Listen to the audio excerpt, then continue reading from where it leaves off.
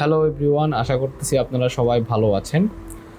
ধরেন আমরা যদি একটা সফটওয়্যার এর কাজ শুরু করতে চাই, তাহলে আমরা কি প্রজেক্টটা পাওয়ার পর একদম কাজ শুরু করে দিই বা ডেভেলপমেন্ট শুরু করে দিই?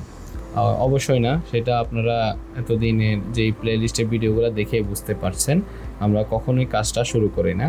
কিন্তু যদি কাজটা আমরা শুরু করে দিই, তাহলে হচ্ছে আমাদের কিছু সমস্যা হয়। এই সমস্যাগুলা সমাধানের জন্য প্রজেক্ট ম্যানেজমেন্টের মধ্যে আমাদের কিছু প্রো টুল ইউজ করতে হয়। সো সেই প্রো টুলগুলো নিয়ে আজকে আমরা আলোচনা করব। সো প্রো টুলগুলো হচ্ছে গ্যান্ট চ্যাট এবং সিপিএম। সো সিপিএম এর পূর্ণরূপ হচ্ছে ক্রিটিক্যাল পাথ মেথড। এখন চলুন আমরা এইগুলা কেন ইউজ করি। সো এগুলো ইউজ করার কারণটা হচ্ছে আমাদের যে প্রজেক্টের টাইমলাইনটা রয়েছে, সেই টাইমলাইনটাকে আমরা ম্যানেজ করার জন্য বা সময়কে আমাদের হাতের মুঠোয় নিয়ে আসার জন্যই আমরা এই মেথডগুলো, এই টুলগুলো ইউজ করে থাকি। সো প্রথমে আমরা গ্যান্ট চার্ট সম্পর্কে যদি বলি, এখানে হচ্ছে আমি এই ভিডিওটার মধ্যে আপনাদেরকে শুধু ওভারভিউটা দিচ্ছি গ্যান্ট চার্ট এবং হচ্ছে আমাদের সিপিএম এর। পরের ভিডিওগুলোর মধ্যে আমরা নিজে হাতে করে দেখব যে গ্যান্ট চার্ট কীভাবে বানাতে হয় এবং সিপিএম কীভাবে বানাতে হয়। আপনারা অবশ্যই এই ভিডিওটা দেখেন যাতে করে বুঝতে পারেন যে এটা কোথায় কোথায় ইউজ হয় প্রজেক্ট ম্যানেজমেন্টের ক্ষেত্রে। এখন আপনারা এখানে স্লাইডটা লক্ষ্য করেন, এখানে হচ্ছে আমাদের গ্যান্ট চার্ট কীরকম হয় সেটা আপনারা এখানে লক্ষ্য করতে পাচ্ছেন। গ্যান্ট চার্ট মূলত হচ্ছে একটা হরিজন্টাল বার চার্টের মতো। আমরা যে বার চার্টগুলো দেখি লম্বা লম্বিতে, সেই বার চার্টগুলো এখানে হচ্ছে হরিজন্টাল ভাবে থাকবে। এখানে বার চার্টটা যেখানে শুরু হচ্ছে সেটা হচ্ছে আপনার কত তারিখে হচ্ছে আপনি যে কাজটা করতেছেন, সেই কাজের বা যে টাস্কটা করতেছেন সেই কাজের স্টার্টিংটা কখন ডেটে স্টার্ট করতেছেন, এবং এই পুরো হরিজন্টাল লাইনটা শেষ পর্যন্ত নির্দেশ করে সেটা হচ্ছে আপনার কাজটা শেষ করতে কতদিন সময় লেগেছে। সেই জিনিসটা আমরা পুরোপুরি একটু ভিজুয়ালি দেখতে পাই। সো এর ফলে কি হয়, এর ফলে আমরা প্রজেক্টের স্ট্যাটাস পুরোপুরি বুঝতে পারি যে এখানে আপনি একটা ডিজাইন করছেন, সেটার জন্য এতদিন লাগছেন, তারপরে ওই ডিজাইনটাকে ডেভেলপমেন্টে নেওয়ার সময় এতদিন সময় লাগছে, এর পাশাপাশি আমরা এখানে আরও একটা কাজ করতেছি। এরকমভাবে এখানে আমরা গ্যান্ট চার্টের মাধ্যমে এরকম ভিজুয়ালি বুঝতে পারি যে আমাদের কোন টাস্কটা কোন সময় হচ্ছে। সো এখানে যদি আমরা আরও একটু দেখি, গ্যান্ট চার্টটা আরও বড় করে দেওয়া আছে, তাহলে আমরা আরও ভালো করে বুঝতে পারবো যে গ্যান্ট চার্টটা মূলত কীভাবে কাজ করে। দেখেন এখানে এটার সময় লাগছে 2 উইক, এটার জন্য 2 উইক, এটার জন্য 2 উইক, এটার জন্য 2 উইক, এটার জন্য 2 উইক, এভাবে হচ্ছে সময়গুলো লাগতেছে আমাদের যে কোনো একটা টাস্ক কমপ্লিট করতে। সো আশা করতেছি এই বিষয়টা আপনারা বুঝতে পারছেন। সো আমি আবার পরের স্লাইডে আবার দেখি, অনেক সময় এমনও হয় যে আপনি ডিজাইন একটা ইউআই ডিজাইন করতেছেন, সেই ইউআই ডিজাইনটা শেষ না হওয়া পর্যন্ত বা ডাটাবেস ডিজাইনটা শেষ না হওয়া পর্যন্ত আপনার ডেভেলপমেন্টে যেতে পারছেন না। সো এখানে আমাদের টাস্ক এর জন্য আমাদের টাস্ক বিটা ওয়েট করতেছে। সো এই কাজটা শেষ হলে আমরা এই কাজটা শুরু করতে পারবো।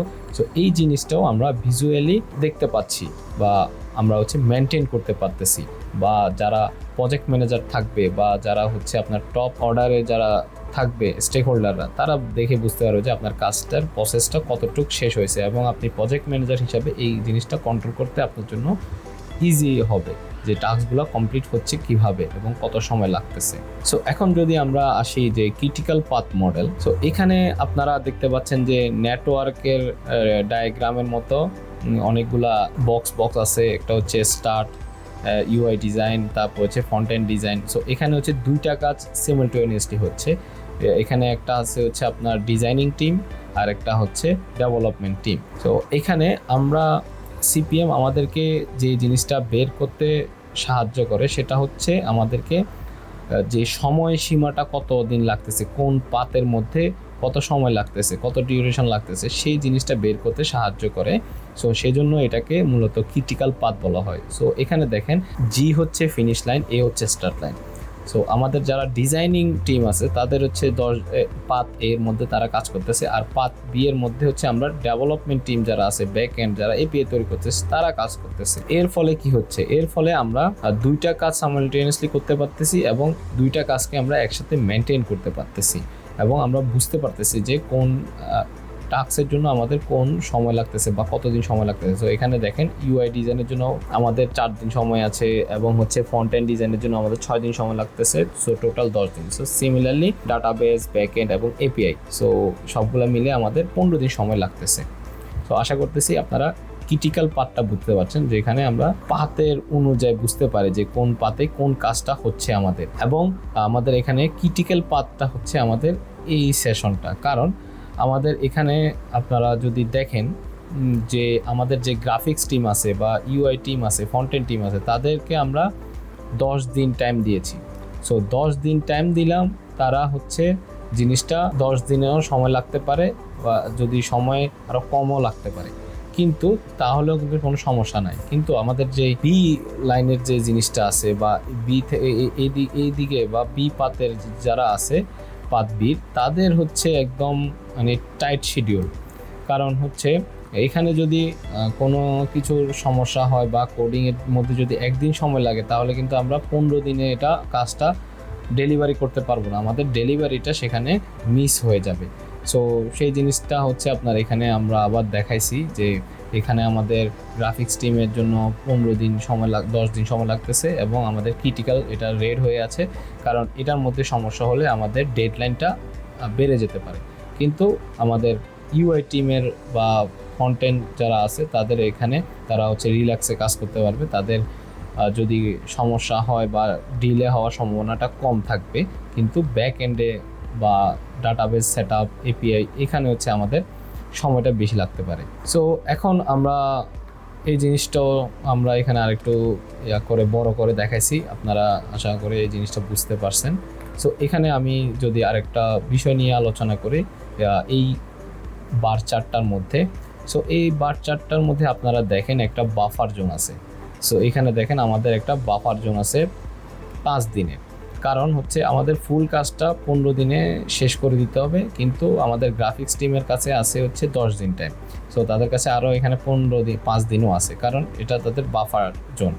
সো এই জন্য তারা আমাদের যে কাজটা আছে তারা 10 দিন থেকে একটু বাড়াইলেও কোনো সমস্যা নয়, তারা এর এক্সট্রা কাজ করতে পারবে, সেটা আমি আগেও বলছিলাম। কারণ তাদের কাছে একটা বাফার জোন আছে, কারণ ফিনিশ লাইন তো একসাথেই হবে। সো এখানে দেখতে পাচ্ছেন যে আমাদের যে লঞ্চিংটা একসাথেই হবে।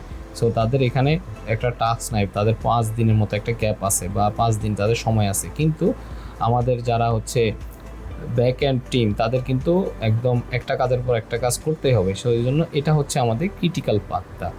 সো আশা করতেছি এই বিষয়টা আপনারা বুঝতে পারছেন। তবুও আমি এই ক্রিটিক্যাল পাথ নিয়ে, সিপিএম নিয়ে আমরা আর একটা ডেডিকেটেড ভিডিও বানাবো, যেখানে হচ্ছে আমরা ক্যালকুলেশন করে দেখব যে আমাদের এই রেটগুলা বা ডেগুলা কীভাবে বের করতে হয়। তো আমরা আশা করতেছি আপনারা গ্যান চ্যাট এবং সিপিএম সম্পর্কে হালকা হলেও ধারণা পেয়েছেন, ঠিক আছে? সো এই জিনিসগুলা আমাদেরকে একটা প্রজেক্ট ম্যানেজমেন্ট করতে সিকোয়েন্সিয়ালি আমাদেরকে হেল্প করে, বা আমাদের যাতে ডেডলাইন যাতে পিছিয়ে না যায় সেই জিনিসটা করতে আমাদেরকে হেল্প করে থাকে। আজকের এই ভিডিওটা এই পর্যন্তই। সবাই ভালো থাকবেন, সুস্থ থাকবেন।